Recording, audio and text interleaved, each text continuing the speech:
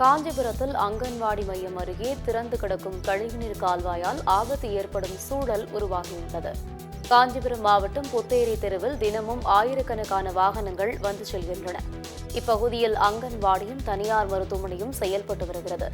இந்நிலையில் சாலையை ஒட்டியுள்ள பகுதியில் கழிவுநீர் கால்வாய் மூடப்படாமல் உள்ளதால் அப்பகுதியினர் அச்சமடைந்துள்ளனர். அங்கன்வாடி குழந்தைகள், பள்ளி மாணவ மாணவிகள், வாகன ஓட்டிகள் பள்ளத்தில் விழும் ஆபத்து உள்ளதாக சமூக ஆர்வலர்கள் வேதனை தெரிவித்துள்ளனர். மேலும் கழிவுநீர் தேங்குவதால் நோய் பரவும் அபாயம் ஏற்பட்டுள்ளதாக குற்றம் சாட்டியுள்ளனர்.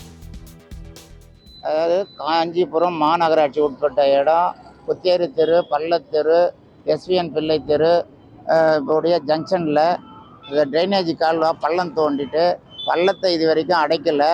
மணல் மூட்டைகளை கால்வாயில் ட்ரைனேஜ் கால்வாயில் மணல் மூட்டைகளை போட்டுட்டு ஒரு சைடு 50 மூட்டை, ஒரு சைடு 70 மூட்டை இப்படி போட்டுட்டு மழை பெஞ்சு மழை நீரில் தண்ணி தேங்கி ஓவர் ஃப்ளோயிங் ஆகி மேலே வந்து 1000 வீடுகள் இந்த பகுதியில் பள்ளத்தெருவில் ஓவர் ஃப்ளோயிங்கில் ஒரே துர்நாற்றம் வீசுது.